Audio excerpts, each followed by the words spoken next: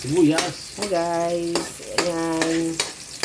Magluluto tayo ngayon ng udong, ang aming favorite sa probinsya. Ayan, ginisa na yung sibuyas. Okay.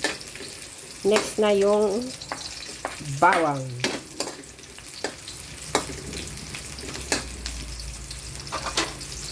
After ng bawang, i-next natin later yung sardinas. Yung sardinas ay yung medyo maanghang para masarap-sarap siya.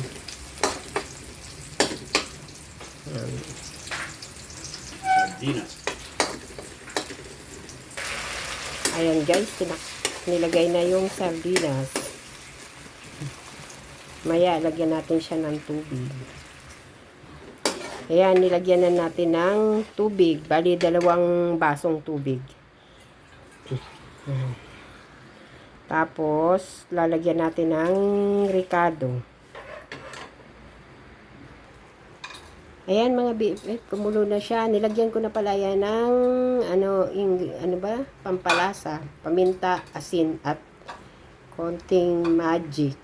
Tapos ngayon ilalagay na natin yung 6 na pack lang ng maliliit lang kasi ang packaging niya na udong. Lagay na natin.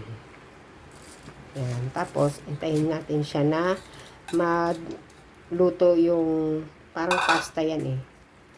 Tapos maya balikan natin siya mga BFF pag luto na siya.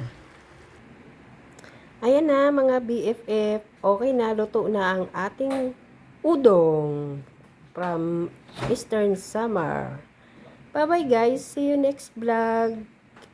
Sa luto ng Blind Kusinera. Bye-bye.